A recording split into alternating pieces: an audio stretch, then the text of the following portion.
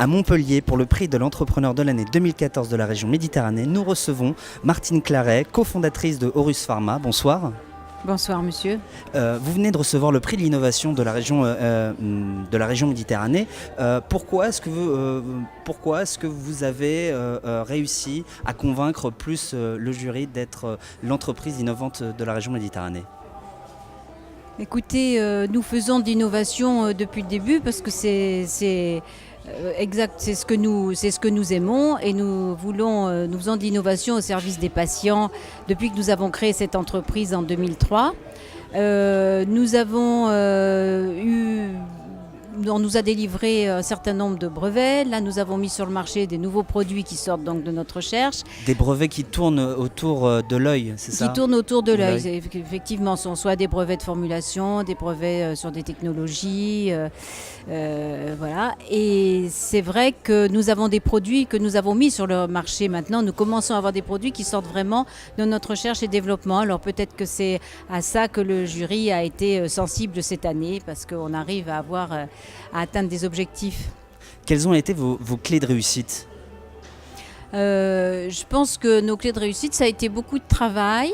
Ça, c'est clair, mais ça, c'est un petit peu que c'est normal et c'est classique.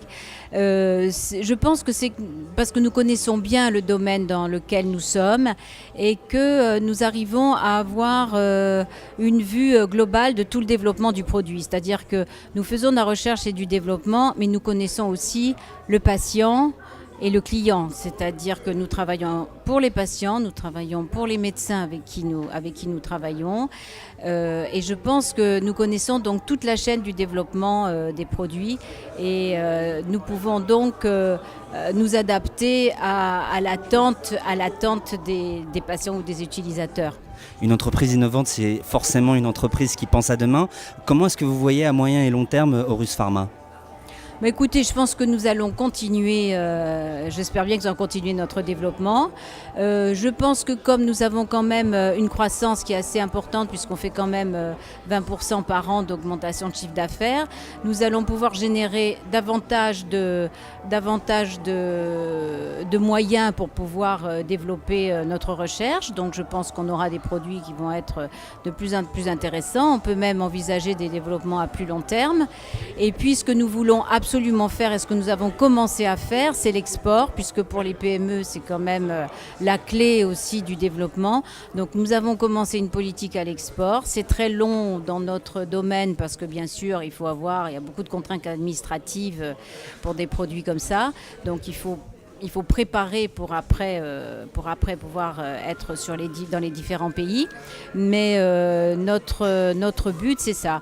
Ce que nous voudrions aussi pouvoir faire, c'est pouvoir, à un horizon moyen terme, pouvoir bâtir une petite unité de fabrication et de l'eau pilote.